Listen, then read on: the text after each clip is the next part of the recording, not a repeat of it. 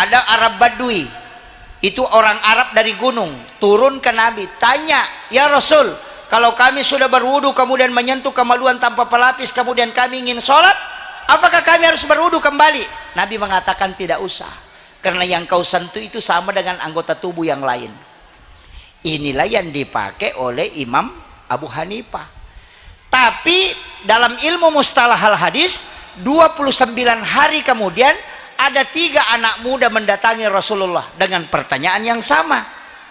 Wahai Rasulullah, kalau kami sudah berwudu kemudian menyentuh kemaluan tanpa pelapis, kemudian kami ingin sholat, apakah kami harus berwudu? Apa kata Nabi? Berwudu kalian semua. Pertanyaannya sama, jawabannya beda. Nah, disinilah dipakai kaidah hukum. Imam Syafi'i menggunakan kaidah nasi mansukh, sekaligus dia pakai tarjih. Oh, hadis pertama tadi Nabi mengatakan tidak apa-apa. 29 hari kemudian datang anak muda bertanya, mengatakan Nabi berwudu kalian semua. Berarti yang hadis lama tidak dipakai. Itu namanya dinasih mansukh. Makanya kalau sekarang amandemen undang-undang, undang-undang lama tidak dipakai, yang dipakai undang-undang baru. Itu tidak dipakai, itu di amandemen.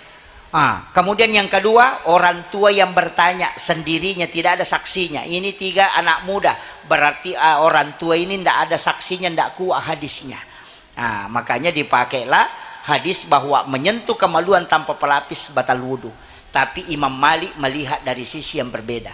Apa kata Imam Malik? Tunggu dulu, hadis pertama tidak Nabi mengatakan batal, berarti masih dipakai. Coba lihat siapa yang bertanya.